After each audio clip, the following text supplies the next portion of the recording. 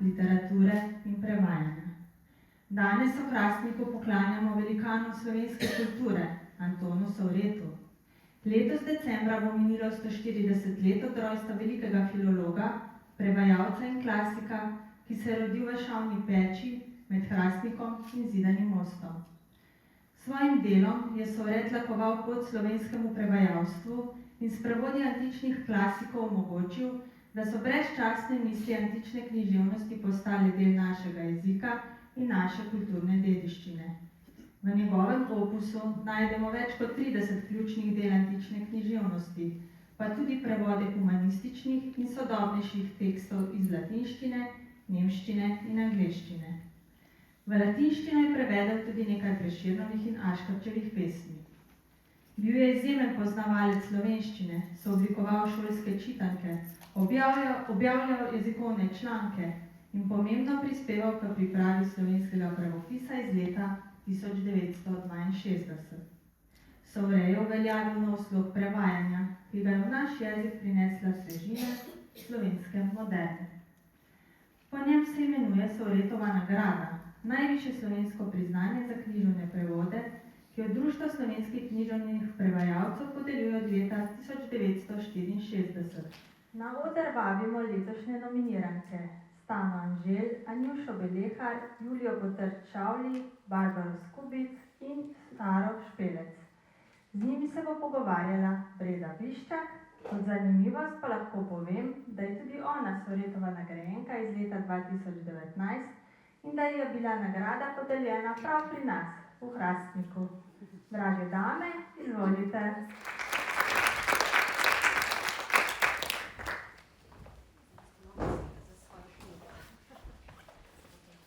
Ste za vsake svojo knjigo? Ste? Okay. Dober večer, Hrastnik. Dober večer, spoštovane nominiranke, spoštovane kolegice. Veliko veselje mi je, da se vračam po vseh teh letih in veliko veselje mi je, da lahko nekako za teh 45 minut, kot nam je namenjenih, služi kot nekakšne vodnice v, ne bom rekla samo različne jezikovne okolja, različne kulture in pripovedne svetove, ampak upam, da bomo odstrli vsaj malo tudi notranje življenja prevajalk. Mislim, da je bilo že z tega kratkega 10-minutnega te predstavitve kolegice jasno, da prevajalci in prevajalke najbolj živimo vsaj dvojna življenja. Eno je tisto običajno, ko se zjutraj vstanemo in pač imamo neko osebno življenje, potem so tisto drugo življenje, ko prevajamo, ampak mislim, da vsaj moja izkušnja, da prevajamo tudi, kadar ne prevajamo. In se potem to marsikdaj pomeša. Kolegica bom postavila vsaki dve vprašanji.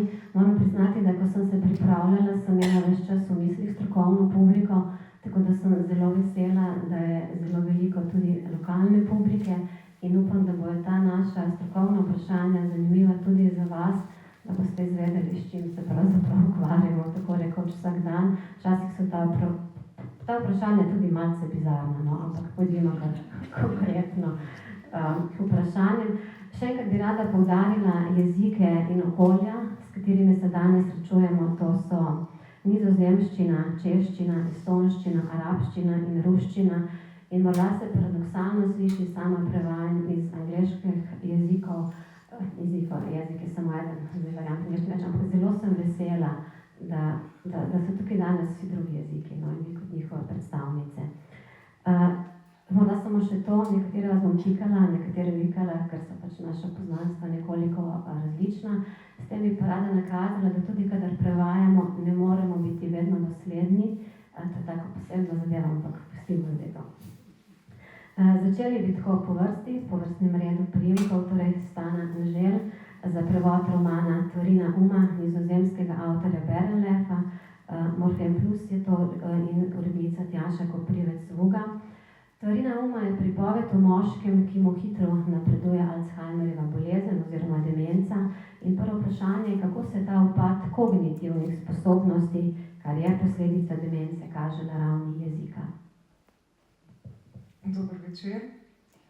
Ker je roman kratek, bom na kratko orisala to pot. Začne se pa pričakovano, kot bi pri demenci pričakovali. Protagonist, 71-letni Martin, je prvoosebni pripovedovalec, kar pomeni, da živimo v protagonistovi glavi, ki zboleva za demenco. Že na prvi strani pomeša besede, fok za meglo, rok za meglo. Potem se dogajajo okorni stavki, ponovitve.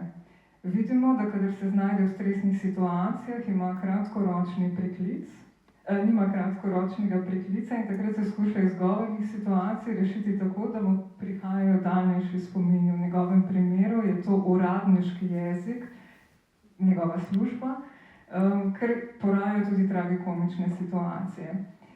In tukaj se še zaveda, da je z njim nekaj narobe in moram reči, da nastajajo tudi zelo lepe ubeseditve, ko recimo hoče tisto cefedralo z mize potegniti dol, ampak v resnici prt ni štrenast, ampak ima resice. In potem tako reče, imam veliko notranjih monologov, besede so kot kretnice, napačne misli te napeljajo do napačnih dejanj. In to je, se pravi, in postopoma se to slabša, oziroma v romanu je to kar bliskovito. Na drugi strani pa vidimo, da ima še pa zmeraj zelo izostreno zaznavanje barv, je prav jajčno rumena, prav kobaltno modra in pa glasba kot uteha zna prav dela do številke, imena del prav do številke natančno. Potem torej stanje se bliskovito slabša, mislim, da bralci tukaj lahko sledimo. Po odlomku, ki ga bomo videli, slišali, pa pristane v ustanovi in pride do razpada sistema, tako kakor se strga njegovo zavedanje, tako se strga tudi jezik. Tukaj pa prej sem rekla, da se je kar samo prevajala v tem smislu, da sem ga jaz že pri prvem branju slišala. Zato se je to kar samo prevedlo, ne v narekovaj. Tukaj na koncu sem se pa kot prevajalka znašla pred zagato. Avtor je že pokojni, o romanu se je izrekel, čisto na kratko, zanimal se je za možgane in njihove anomalije, to je bil njegov okvir, znotraj tega pa je pisal intuitivno.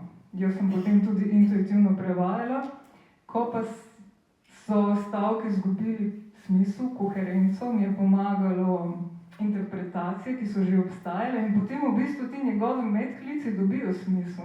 Jezik izteka iz njega, on je vse lažji in potem je logično, da reče, vse pušča, čez nekaj časa primanjkuje težnosti v ustanovi.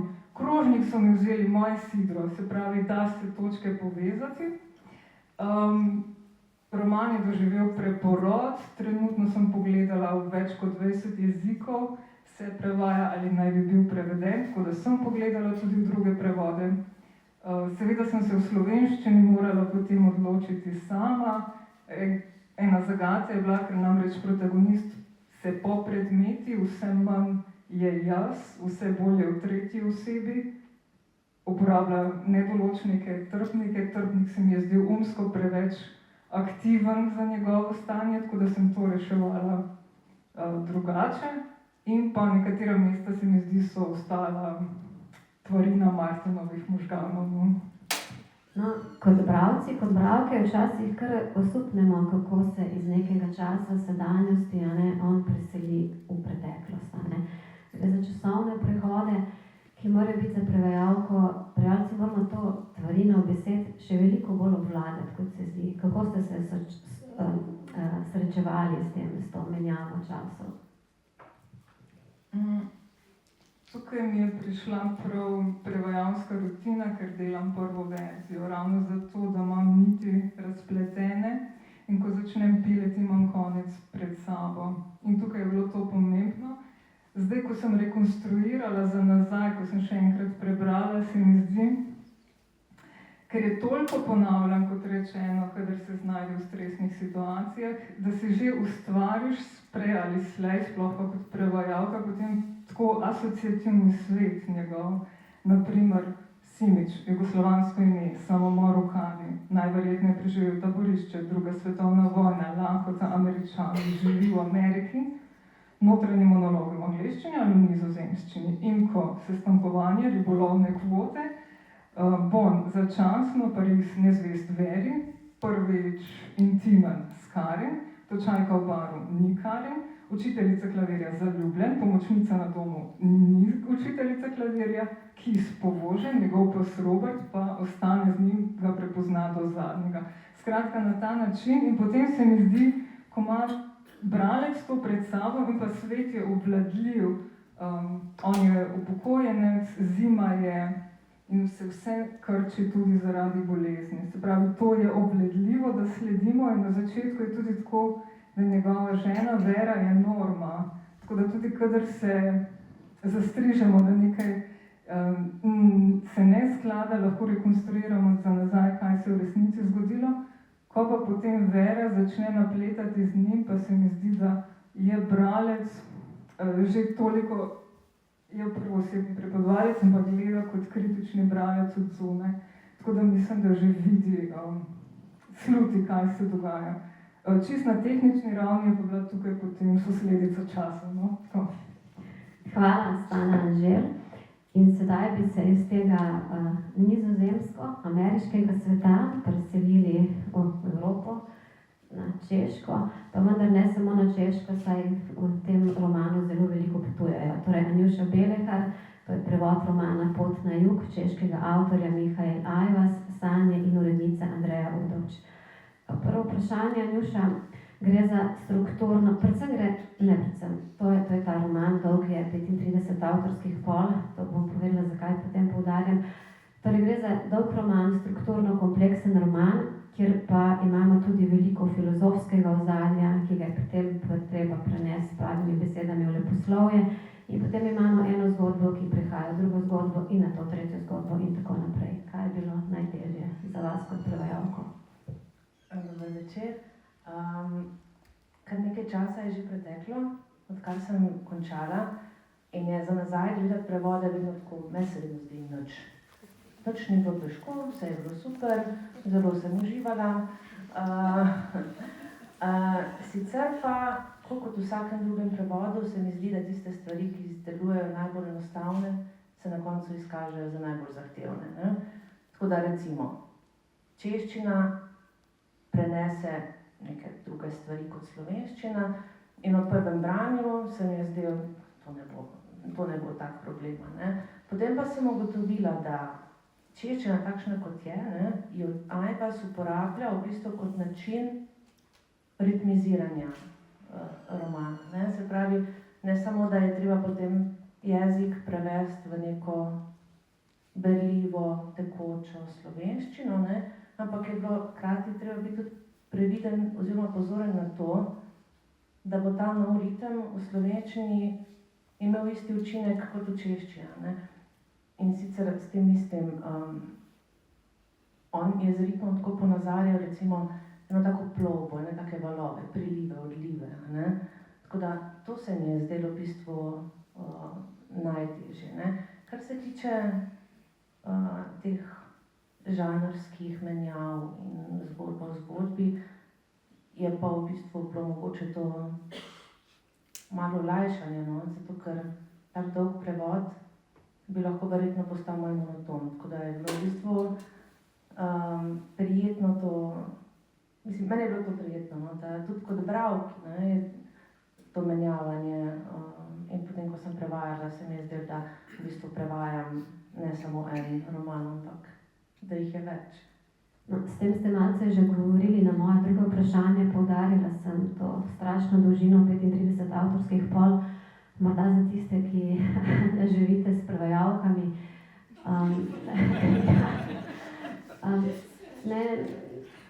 To je tak komentar, včasih, ko izpolnjujemo razne obrazce, koliko knjig ste prevedli. Ne? To je v bistvu butasto vprašanje, ne? Ker je, včasih je knjiga dolga 3 pole, kaj pa tukaj, ko imamo 35 pola. Ne?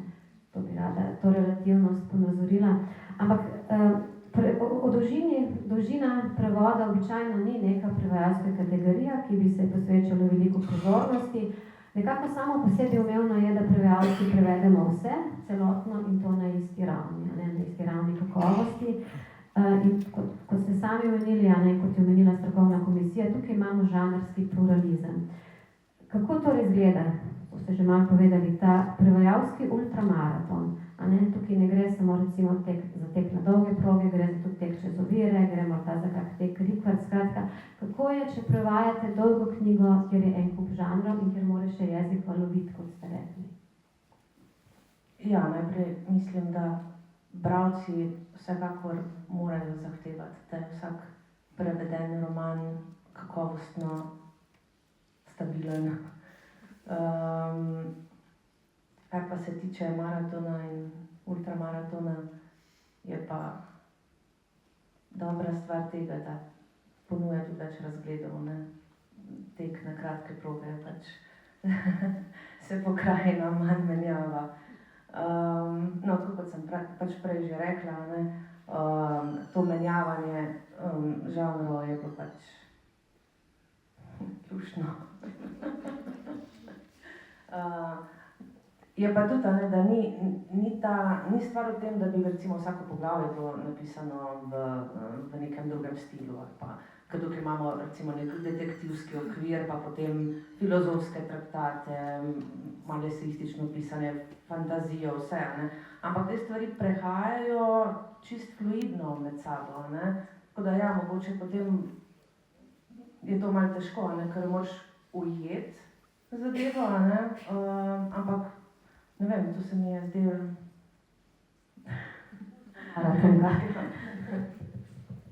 Hvala, Anjuša. Naslednja prevajalka in prevod, ki predstavljamo, je Julija Potrč-Čavli, ki je nominirana za prevod kratkoprozne zbirke Duša ob cesti estonskega avtorja Urmasa Vadija. Knjiga je šla pri Lud literaturi. Aha, in pozabila sem si spisati urednika, Julija, urednica. Gaja Kos, hvala. Če ste brali, če še niste, priporočam, kajti nasmejali se boste, pač ko boste to prebirali, kar je seveda tudi odlika tvojega prevoda. Humor je na trenutke res da črn, na trenutke je nekoliko bizaren, na trenutke je pikar, ampak vsekakor humor ni izgubljen s prevodom. Nasprotno, ne, strokovna komisija je zapisala, da si svoje delo opravila sijajno. Zakaj je po tvojih izkušnjah prevajalskih tako težko prevajati humor, oziroma je težko, kaj bi rekla? Ja, dober večer.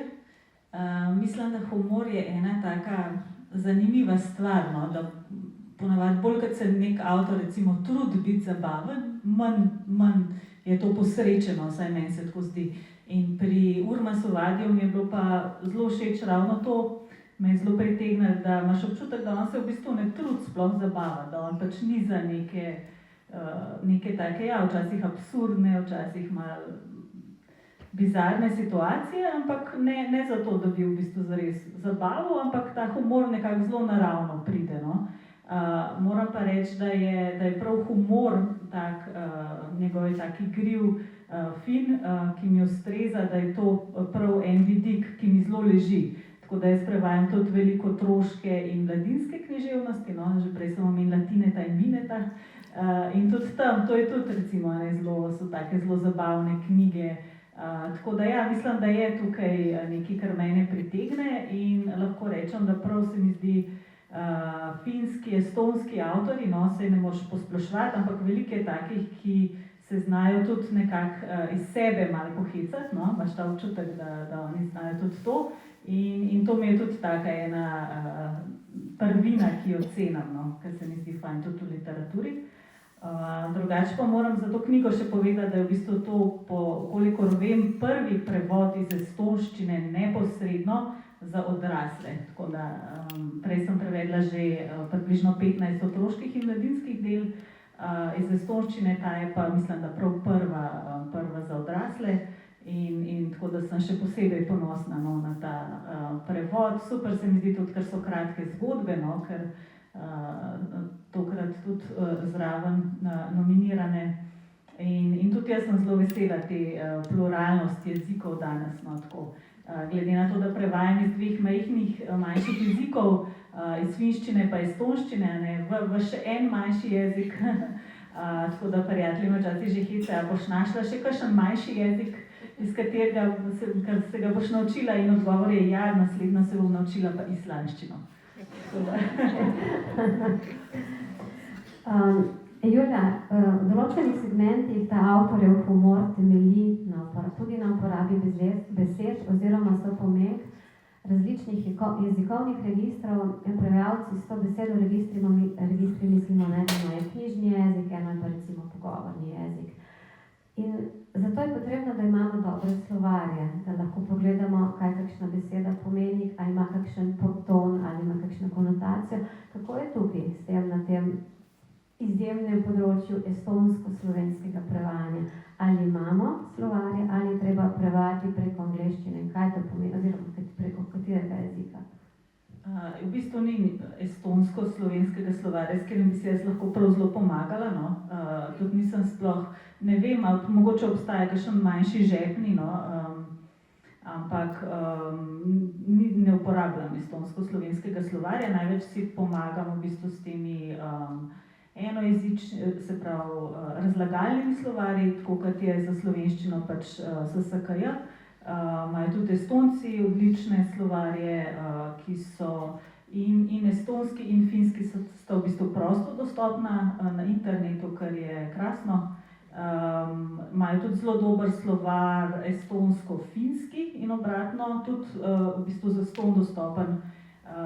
So to kot neko, obe državi sta to prepoznali kot neko vrednost in sta v bistvu investirali v to, no? Da je tukaj kvalitetno, da je na spletu, da se posodablja, ker je treba tudi slovarje veliko posodabljati. Tako da to je sreča, ker te enojezične razlagalne slovarje lahko pogledam in najdem potem vse te pomene. In ja, pa v estonščini sem imela imam še malo več dela kot s finščino, no. Finščino v bistvu bolj nekako tekoč govorim, ampak tukaj tudi s temi slovarji in potem, če še kaj sem imela kakšno dilemo, sem tudi avtorja vprašala, tako da se mi zdi, da se je na koncu kar vse lepo razrešilo. Hvala, Julija. In sedaj bi nadaljevali. Barbara Skubic, predstavljamo prevod Zgolj detajl palestinske avtorice Danje Šibli, izšel je pri založbi Umko, urednica pa je bila Renate Rugel. Barbara, Zgolj detajl ni zgolj naslov tega prevedenega romana, ampak je tudi takšno vezivo med dvema pripovedma, od katere naj bi se prva dogajala v preteklosti, druga v sedanjosti, ampak na nek način bi lahko rekli, da se obe dogajata v sedanjosti, ker je to dogajanje že 80 let dosti podobno.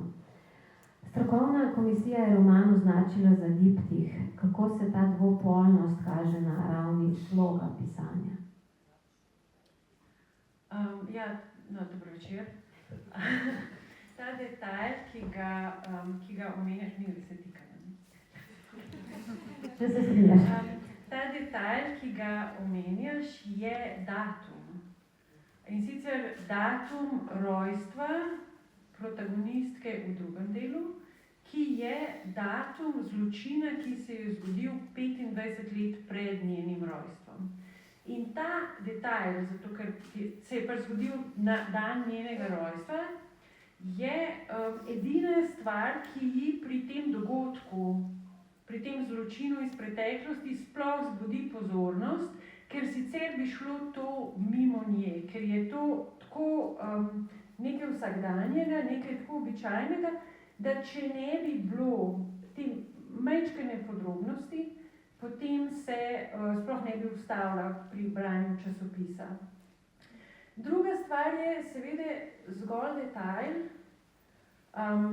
ali pa originalni naslov je tako drugotni detajl, manjšega pomena. Je seveda tudi to, da palestinska vsakdanjost, palestinska zgodovina in tudi palestinska književnost se na svetovnih zemljevidih, razen v teh groznih okoliščinah, ki so pač trenutno povsod, ki jih spremljamo v živo, tako rekoč, pojavljajo samo v nekih drobcih ali pa kot opomba pod črto. Skratka, palestinska realnost ne velja za univerzalno zgodbo. Medtem ko tukaj pa gledamo v dveh delih, beremo dve zgodbi, ki v bistvu meni se vsaj zdita zelo specifično določeni z nekim okoljem, ampak seveda taki, ki sta prepoznavni tudi v kakšnem drugem okolju. Zdaj, jezikovno, pripovedno je to razpadlo tako, roman nima 35 pol, ampak 5, če se prav spomnim. In še teh 5 pol je razdeljenih točno na polovico. Prvi del, ki opisuje ta zločin iz preteklosti, ima nekega tretjeosebnega pripovedovalca ali pač neosebno, zelo precej klinično, dosti suhoparen jezik je pravzaprav. Medtem ko je drugi del, ta del te mlade ženske, ki gre raziskovati zločin, s katerim se nekako počuti povezana zaradi datuma svojega rojstva.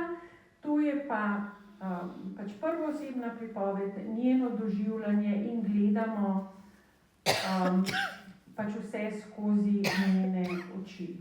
Tisto, kar se je meni mogoče zdelo zanimivo in se mi zdi tudi vredno omeniti, je, da posebej s prvim delom so imeli kakšni ocenjevalci, kritiki težave, zato ker je tako zelo hladen.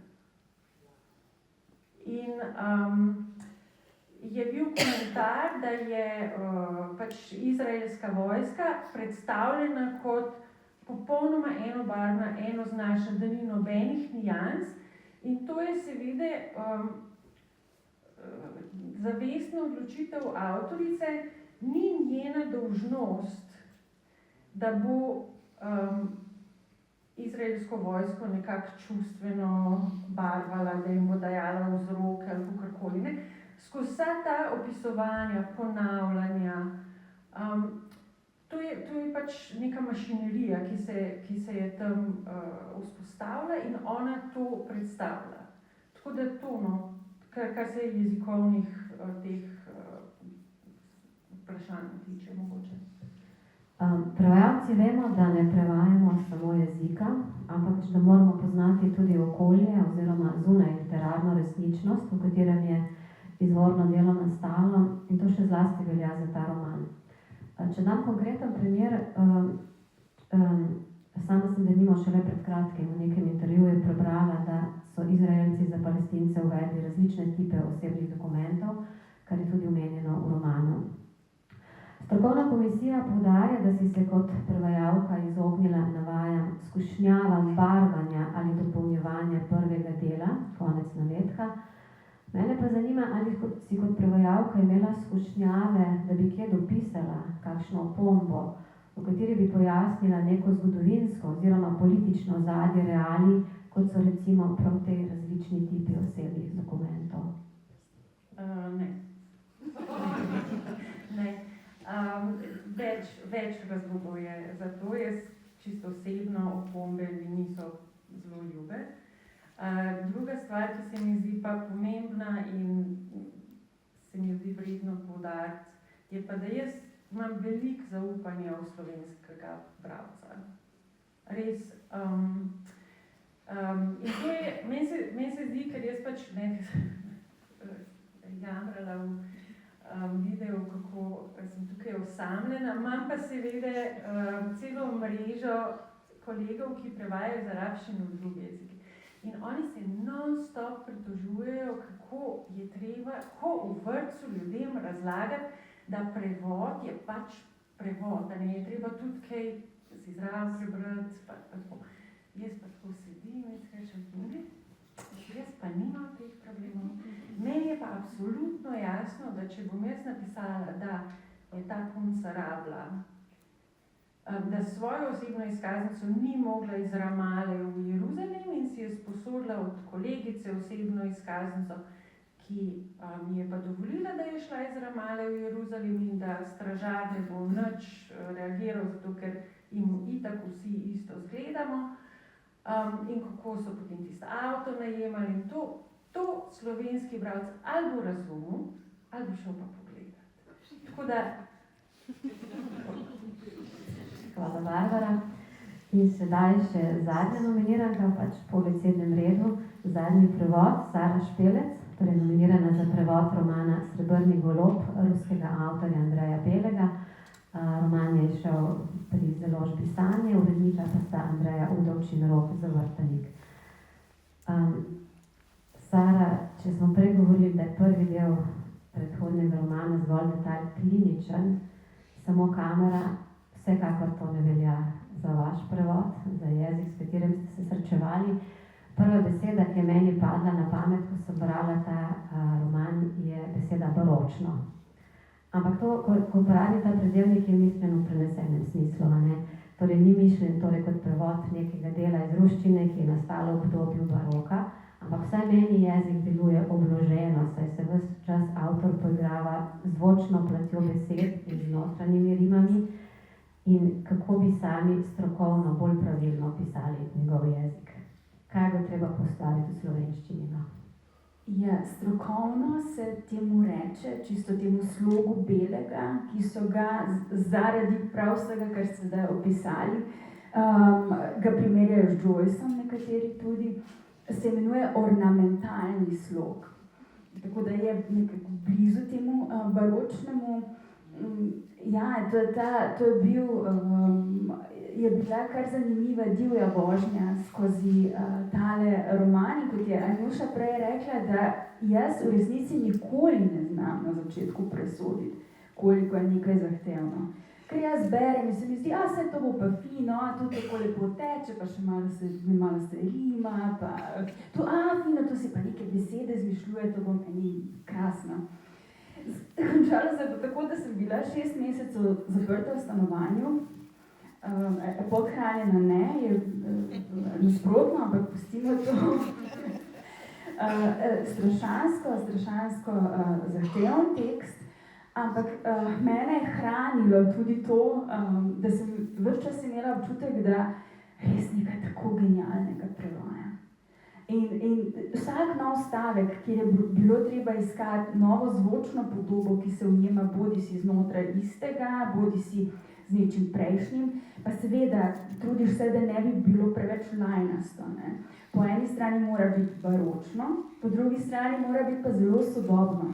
In zato sem jaz, ker sem tudi vernik neke sodobne pesniške govorice, torej ko gre za formo, ne? Imam rada, da tudi tisto, kar je sodobno, torej tudi tisto, kar je rimano, da mora delovati sodobno. In tako kot je Beli s pravim imenom Boris Bugajev deloval sodobno v svojem času, se mi je zdelo, da si zasluži tudi, da deluje v prevodu. Sva se pa sporazumno potem razšla po recimo 6 mesecih in pol. No, če sem prav razumela, ste za ta njegov jezik sami izumili besedo plamenonosne besede. Povem zato, da boste že na ravni jezika ne videli, kaj bi treba postvariti. Ali vam je bilo pri slovenjenju in pri poustvarjanju te izvirne zvočnosti v pomoč dejstvo, da sta tako jezik izvirnika kot ciljni jezik slovanska jezika?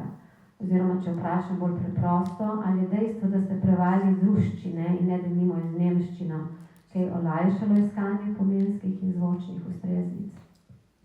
Jaz bi rekla, da je to lahko včasih ravno past, zato ker so si določene stvari preblizu, pa vendar imajo Rusi marsikdaj popolnoma drugačen način izražanja, popolnoma drugače formirajo stavke.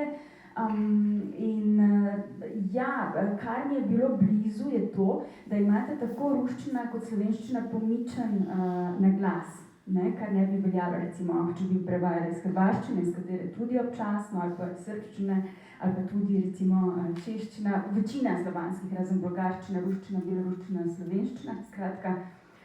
To je pomagalo pri tem, da rečem ta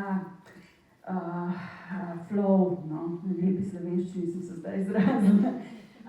To pa bi rekla, da je bilo tudi edino zares v pomoč.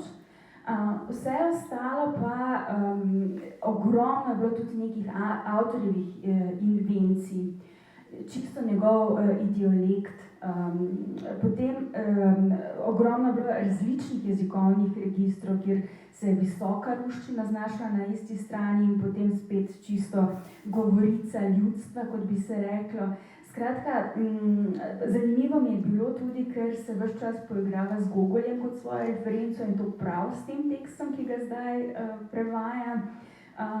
Jaz sem, se pravi, če me ne bi vsak dan tako osrečevalo to, da prevajam takšnega avtorja, verjetno ne bi vstala, no. Ampak teh 6 mesecev in pol mislim, da je bilo zelo dobro preživeti vseeno. Ljubezenska zgodba. Hvala, Sara Špelec. Zdaj po mojih izračunih imamo še 10 minut, tako da bi vsem zastavila še enako vprašanje vsem, ker živimo v časih, ko nas preganja vse hitrejši razmah umetne inteligence, ni bilo vprašanje povezano s tem. Kam se vršate kot književne prevajalke glede tega razvoja, kako ga doživljate in pa kako ga doživljate zlasti z ozirom na vašo jezikovno kombinacijo. Bi pa rada dodala samo še to, da sem danes sem se pogovarjala z eno malteško avtorico, njena dela prevaja v angleščino mož, ki se sicer tudi ukvarja slovnico z različnimi stvari, skratka tudi s temi računalniškimi zadevami, ki zdaj vzpostavlja to umetno inteligenco. In je on sam rekel, da recimo ChatGPT, da ko kaj recimo prevaja, pa ne zna najbolje prevesti, da začne halucinirati. In to se mi zdaj en tak fantastičen izraz. Tako da, gledam Tanja, če smo časovno, mislim, da smo še 10 minut. Jaz mi pravim, da to je termin, halucinira. Termin je prav. Zanimivo. No, ok, to pa nisem vedela. Torej, Ljuša. Doživljanje halucinacij, malce sklicam. Jaz moram reči, da za enkrat res se nisem kaj preveč obremenjevala s tem. Verjetno se bom nekoč. Ena stvar je pač, da prevajam med češčino in slovenščino, tako da tukaj bo verjetno tale razvoj vseeno malo počasnejši. Tako da prevelikega straha zaenkrat nimam, je pa to mogoče tudi zato, ker je tukaj ostalih stvari okrog prevajanja, s katerimi se je treba bolj akutno ukvarjati, recimo, kdaj bo prišla nova pogodba, ali bo potem prišel tudi denar in vse te zadeve so pač na prvem mestu. Druga stvar, imam to srečo, da živim s človekom, ki se ukvarja z umetno inteligenco in mi lahko določene stvari malo predstavi. Mislim, da ni tako zelo inteligentna. Mislim, da mogoče, če bi veliko več vedeli o njej, bi se mogoče tudi malo manj bajal, ampak to je zdaj tako, ne. Mi bi mogli pač verjetno na neki točki reči, mi pa ne bomo tega delali, ne založniki, ne prevajalci, nihče, in to bi bil verjetno edini način, da bi pač, ne vem, to zadevo čisto zignorirali in potem bi bili rešeni, ne, ampak... Hvala. Sana. Jaz še nisem dobila ponudbe, da bi redigirala strojno preveden prevod iz nizozemščine, ker se bo verjetno prej zgodilo, oziroma ko nisem vzela knjige, da je bil preveden iz drugega večjega jezika. Drugače pa ChatGPT je eden od zavihkov na moji orodni vrstici, ampak ne toliko kot za prevajanje, kljub temu, da se zavedam problematike avtorskih pravic, okoljske požrešnosti in kognitivne lenove, bolj kot raziskovanja stvarnosti, ki mi jo ponuja. Kaj pa pogled v prihodnost? Kako se vam zdi? Ne vem še. Ker jaz sem recimo bila tista generacija, ko je med študijem zamenjala papirnate slovarje za elektronske. In to je bilo že zelo udobno. Hvala. Julija? Jaz za književno prevajanje, zlasti ta moja kombinacija je estonščina, finščina, slovenščina se mi zdi, da ne bo ravno prva na udaru. Si ne predstavljam, da bi, če GPT Tineta in Bineta prav recimo v kratkem prevajal, ali pa vsaj neuspešno. Tako da jaz še nisem zelo zaskrbljena, da bi rekla, se mi zdi res pomembno, človeški prevodi, se pravi, da nekdo, ki ima kompetence, ne samo jezikovne, ampak tudi kulturne, pač lahko naredi res pač kvalitetno in pač dobro delo opravi. Hvala, Barbara. Ja, meni se zdi, da nekako smo v podobnih situacijah, pač arabščina, slovenščina.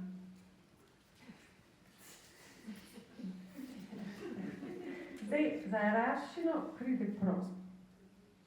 In sicer iz teh raziskovalnih,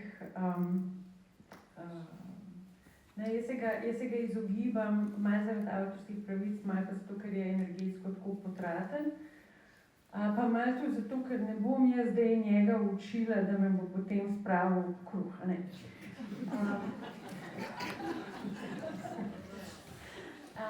Ampak recimo, meni pride včasih prav, ko moram iskati kakšne reference za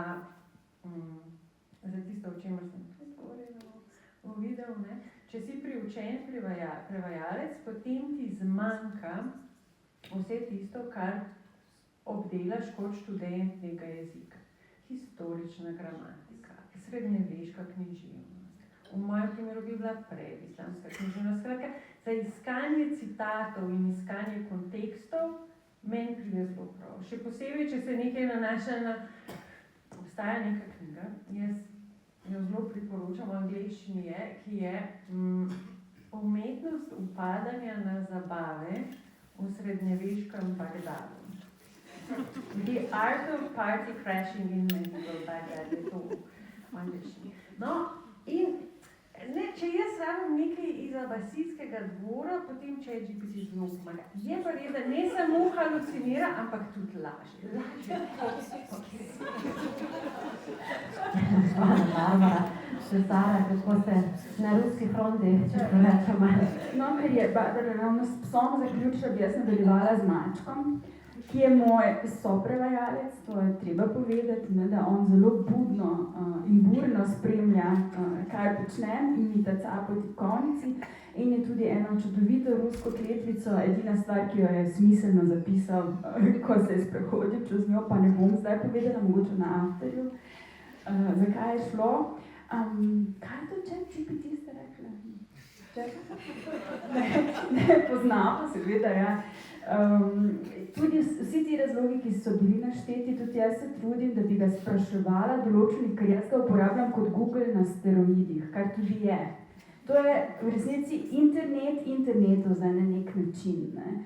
In včasih sem mrzlično in besno brskala po različnih povezavah, zdaj pa priznam, včasih namesto tega, če vidim, da bom zelo težko našla rešitev, ga raje kar vprašam eno stvar, ampak potem zahtevam, da mi pove vir. In čim jaz vidim, da nekaj mutibari tam, grem, še vseeno raje sama preverim. Sicer pa imam pa jaz to srečo pri rusko govorečem spletnem okolju, da je zelo veliko, res bogatstvo vsega. No. Pa sem spada potem tudi ukrajinščina, ki mimogrede tudi ima polnični naglas. Zdaj, če bi pa šla še tretji krog, bi se pa mogoče še kakega jezika spomnila. Skratka, ja. Hvala, Sara. S tem bi končali ta del. Leta 1947 so knapovski ljudkarji postavili na oder prvo marionetno predstavo in 30 let uspešno nastopali v hrastniškem Konzumu in na gostovanjih. Kasneje so bile ljudke skoraj pozabljene, dokler jih nista Zasavski muzej in občina Hrastnik leta 1993 restaurirala in razstavila kot eksponate v muzeju Hrastnik. Prav tam so se nekdanji ljudkarji vrnili na mali oder in ponovno oživili klasične ljudkovne predstave, kakršne so navduševale občinstvo nekoč.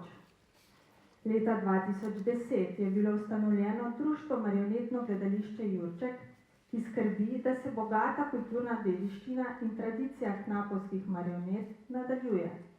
Tako nam bodo letos odlomke iz nominiranih del predstavile ljudke. V glavi mi kljuvami in žejame. Premaknite ustnice, mogoče se bodo v to glavo vrnile besede.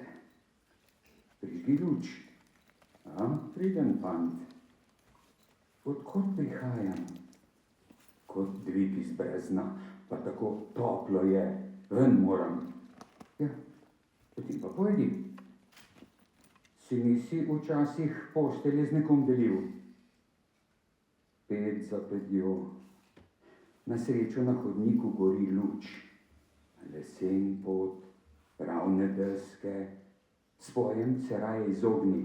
Pazi na trščice, pokrči kolena, dviguj noge. Zadaj v tej glavi brenči. To telo me bo iztisnilo. Iztisnjen iz sebe kot klobasa dreka. To si lahko zamislim z besedami, ampak ne zajamejo tega dogajanja.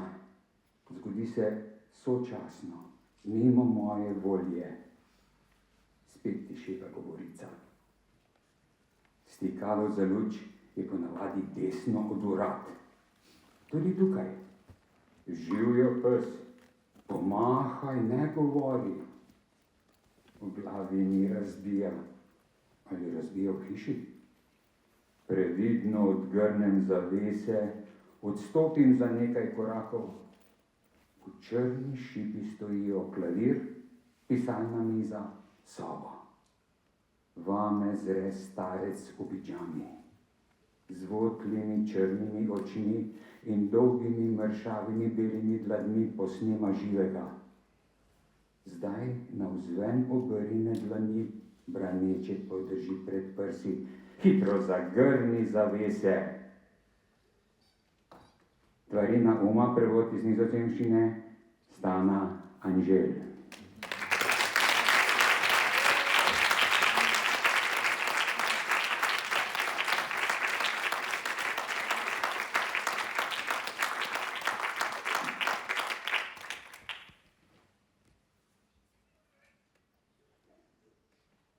Tomaž je začutil nujo po zapisovanju vseh novih zgodb, ki so začele poganjati iz romana. Zdaj spet prežetega s praznoto, a jo je takoj potlačil. Vedel je že, da hrepenenje besed po materinem mleku praznine ni mogoče potešiti s tem, da se izčrpava s pisanjem neskončne knjige in da skuša poloviti vse možnosti, ki krožijo okoli zgodbe. Čeprav je bil še vedno prepričan, da je biti zvest smislu knjige, prečistiti njen odnos do niča in omogočiti praznini, da zasije v zgodbi in osvetli podobe, mogoče le tako, da se njeno dogajanje prikaže kot del neskončnega bohotenja podob in dogajanja. Se je zavedal, da pragost rastočih podob v knjigi lahko prisoten le na en način, s pomočjo tihega šumenja, ki obdaja črke, šumenja, s katerim bo opozarjal nase, ne da bi se preobrazil v besede in dozorel podobe. Potrebno je bilo pokazati, da knjiga ne stoji sama, temveč da skupaj z vsem, kar jo sestavlja, zgodbami, podobami, besedami in črkami, predstavlja del neskončne mreže, velike galaksije podob, med katerimi so nekatere blizu, druge nepopisno daleč in tretje v svetovih njene notranjosti. Pot na jug iz češčine Anjuša Belehar.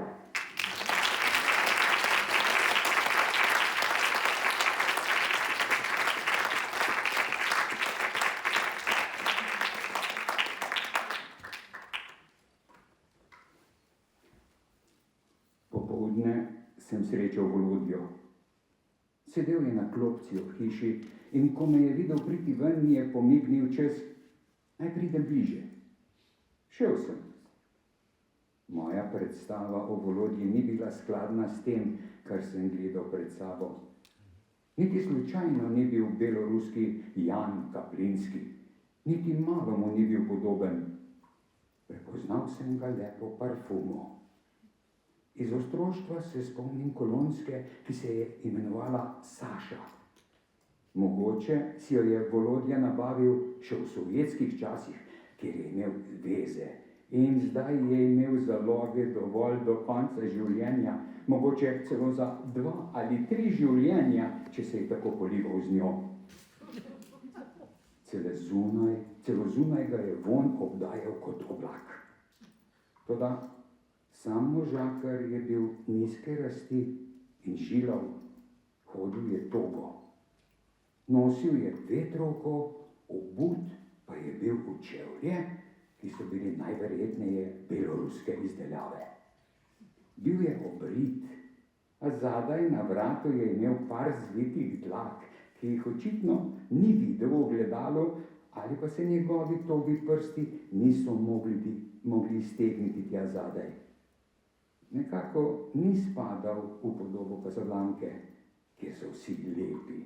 Tudi stari ljudje so vseeno lepi, okusno oblečeni in bogati.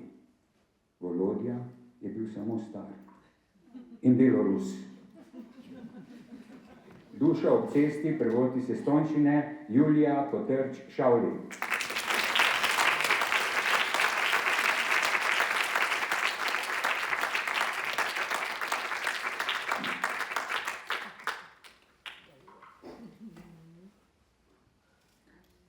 Namestnik in voznik sta ga čakala pri vozilu in ko je oficir hodil proti njemu, usmerjal dekle pred seboj, sledil pa jima je pes, je stražar pritekel z druge smeri in prinesel lopato. Medtem je nekaj vojakov stalo iz sence, kjer so posedali in opazovali prizor, ki se je odvijal pred njimi. Tabor je polnil občutek spokojnosti, ki ga je kalila samo vročina dopoldanskega sonca, dvigajočega se čez nebo, dokler se ni eden od vojakov obrnil na skupino v vozilu in hotel nazaj kratke hlače, ki jih je dal dekletu prejšnji dan. Vozilo se je končno odpeljalo in pes je stekel za njim. Zaman se je trudil, da bi ga dohitel. Ko se je vozilo oddaljevalo v daljavi, je bil lajež glasnejši od hrumenja motorja, dokler ni vozilo končno izginilo med cepine. Niso šli prav daleč iz tabora, ko je vozniku ukazal, naj ustavi in dodal, da nimajo veliko bencina. Motor je utihnil in častnik je prvi vstopil, drugi pa so mu sledili. Odlomek prevoda iz arabščine Barbara Skubic, zgolj detalj.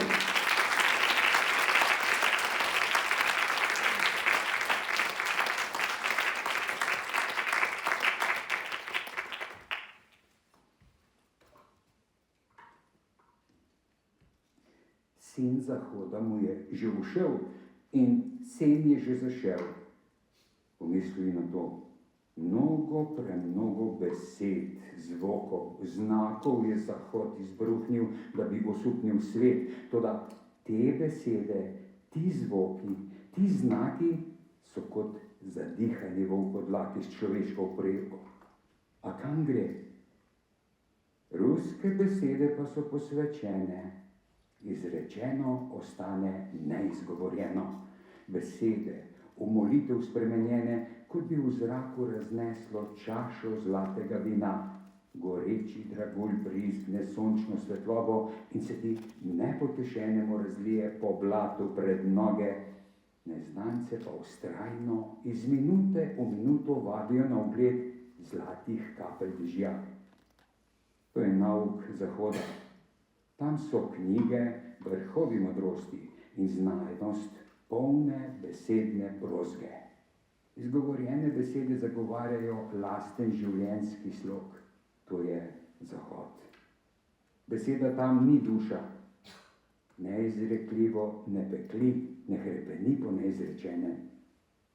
V Rusiji je drugače.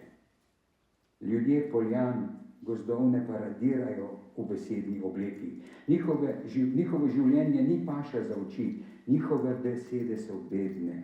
Njihov življenjski slog so pijanščina, prepiri, nemarščina, lakota, nemost in tema. Srebrni golob, prevod iz ruščine, Sara Šperec.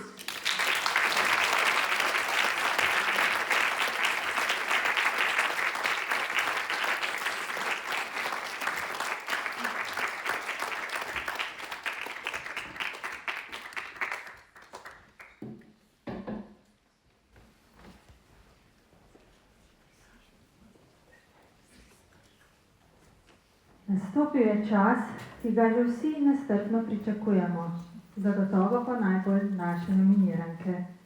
To je razglasitev Sovretove nagrade za leto 2025. Prosim predsednika komisije Jerneja Županiča, da razglasi nagrajenko in prebere utemeljitev.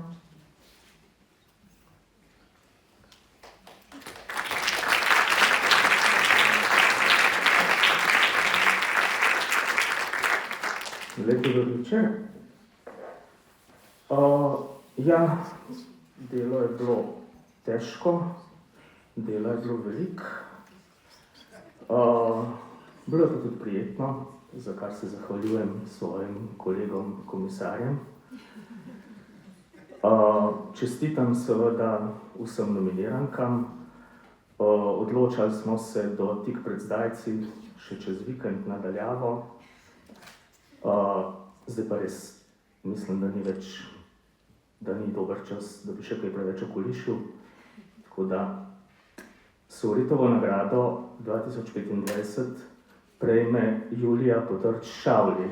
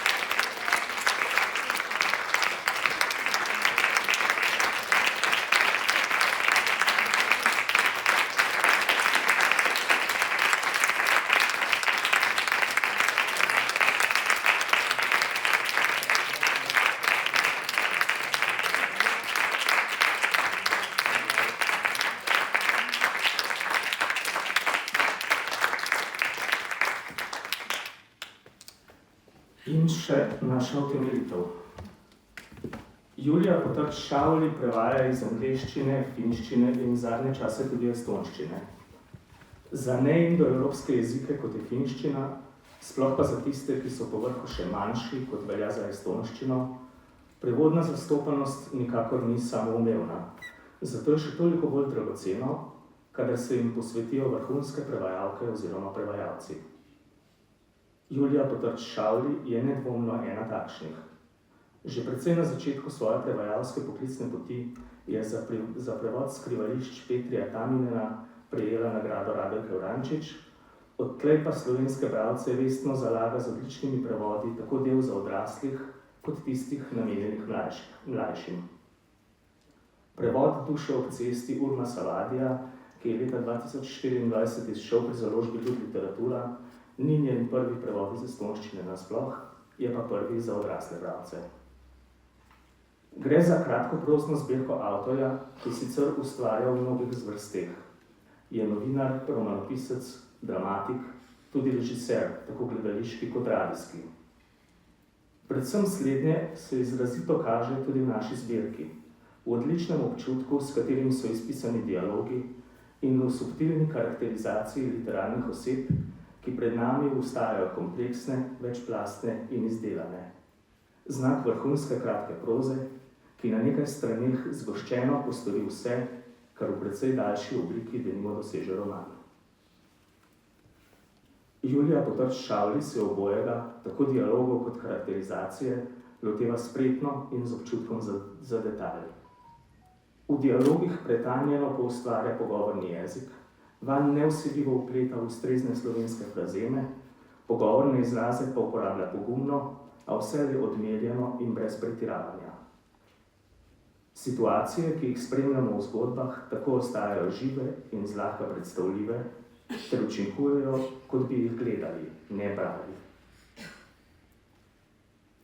Če se v zgodbah prepletajo različne perspektive in pripovedovalski pristopi, da o raznolikosti likov in situacij niti ne govorimo, pa jih po drugi strani vendarle povezuje avtorjev igrivi smisel za humor. Ta sicer redko skače v ospredje in je večinoma nežen ter zadržan, četudi rahlo zaprtljiv in mestoma subverziven, a hkrati ravno zaradi tega še toliko večji prevajalski zalogaj. Vemo namreč, da so za komedijo že nasploh ključnega pomena dober timing in drugi subtilni detajli, katerih razpoznavanje v izvirniku in uspešno prevajanje nikakor nista enostavna naloga. Za humor, ki ni in noče biti vselej v središču, pa to velja še toliko bolj. Julija Potrč-Šavli je pri tem dosledno uspešna, spretno zaznava jezikovne nianse izvirnika in njegova odstopanja od nezaznamovanega pripovedovanja, ter vse to poustvarja v ciljnem jeziku slovenščini. Njen prevod je, tako pod obnebjem humorja kot vobče, naraven, tekoč in navdušujoč. Dosleden, kar se tiče avtorjevega prepoznavnega pripovednega glasu ter estonskega konteksta, vadi namreč v svoje zgodbe rad vpleta resnične osebe, zlasti z estonske literarne scene, in gibek ter raznolik, kadar in kakor to zahtevajo specifike vsake zgodbe posebej. Komisija se je odločila ob Duši ob cesti Urmasa Vadija dodatno izpostaviti tudi prevod obsežnega risoromana Oksi finske avtorice Marijo Ahokojevu, prav tako v lanskem letu je izšel pri založbi Vigevage knjige, kot enega najbolj posrečenih prevodov stripovske govorice v zadnjih letih.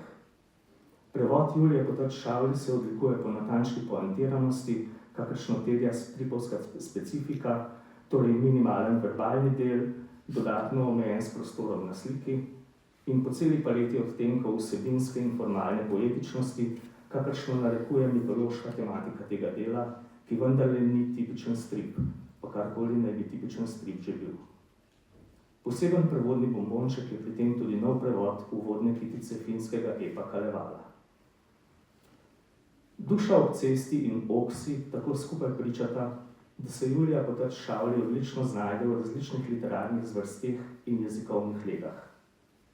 Če si za konec izposodimo nekoliko pompozne besede Urmasa Vadija iz zgodbe Tragičnost, oziroma natančneje prevajalkine besede, v katerih je previla, bi skratka lahko rekli, da je po mnenju komisije Julija Potrč-Šavli pripravljena za večnost. Zato ji z veseljem podeljujemo Sovretovo nagrado 2025.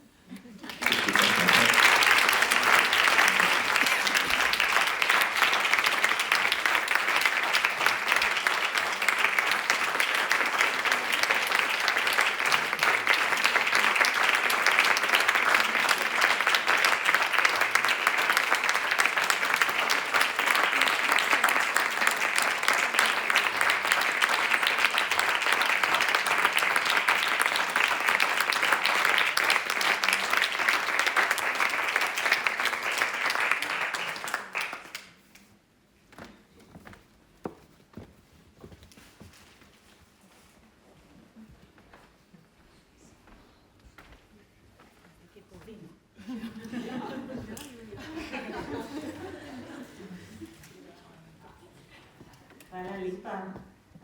Najprej res čestitke tudi nominirankam. Ne vem, če ste, koliko ste vedela, katera od nas ve, no, pač kdo je nagrajen, ampak res nismo. Tako da je bilo to res presenečenje.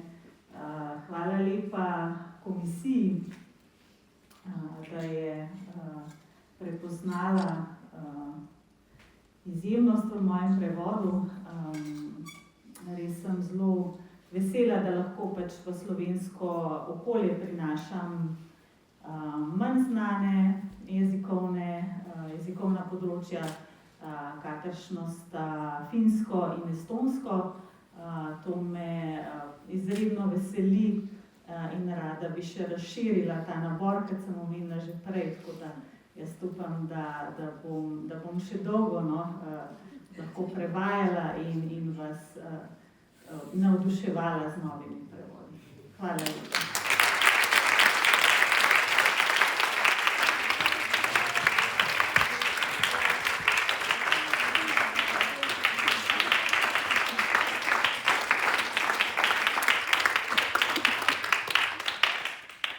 Spoštovani, nocojšnje srečanje ni le podelitev nagrade, ampak tudi praznik jezika, prevajanja in kulture.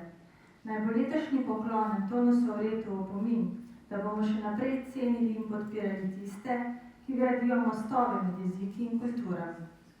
Ob tej priložnosti se še enkrat iskreno zahvaljujemo nagrajenki, vsem nominirankam, govornikom, gostom in partnerjem dogodka, ki so svojo podporo omogočili, da tradicija Sovretove nagrade živi in se razvija.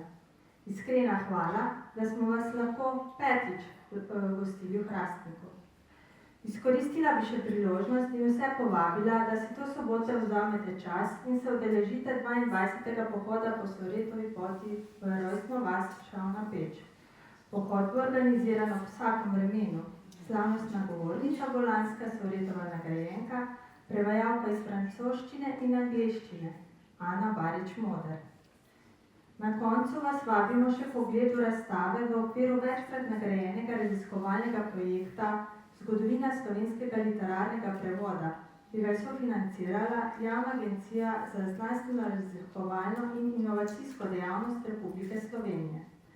Vodja projekta je bila prevodoslovka in prevajalka dr. Nike Kocijančič-Pokornik. Vabljeni torej v Hočevo galerijo, kjer bo še naprej možnost za druženje ob prigrizku in pijači. V avli Delavskega doma pa so vam na voljo za nakup prevedene knjige letošnje nagrajenke in tudi vseh nominirank, ki vam jih bodo z veseljem podpisali.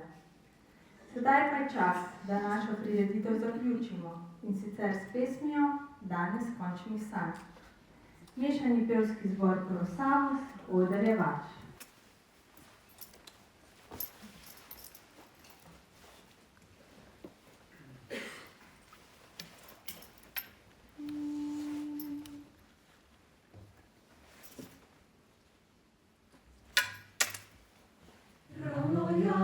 Noči zapeljal tvojo dušo, dan neskončnih sanj. Jaz otrok mrtvih sils, razprav sem preveč, rataj moj. Ljubim brez telesa, upam brez srca. Tudi ti si prišla dan neskončnih sanj. Moja krivda bi vre, da greš, počneš, rataj imam. Toda jutro vabim, da neskončnih sanj nazaj.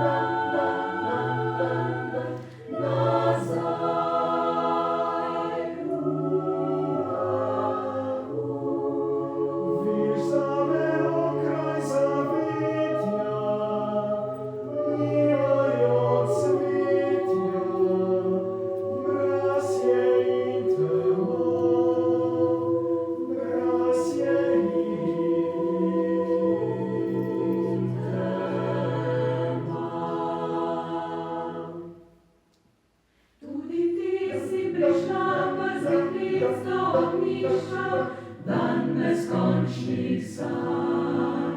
Moja krivda bi vre, da greš,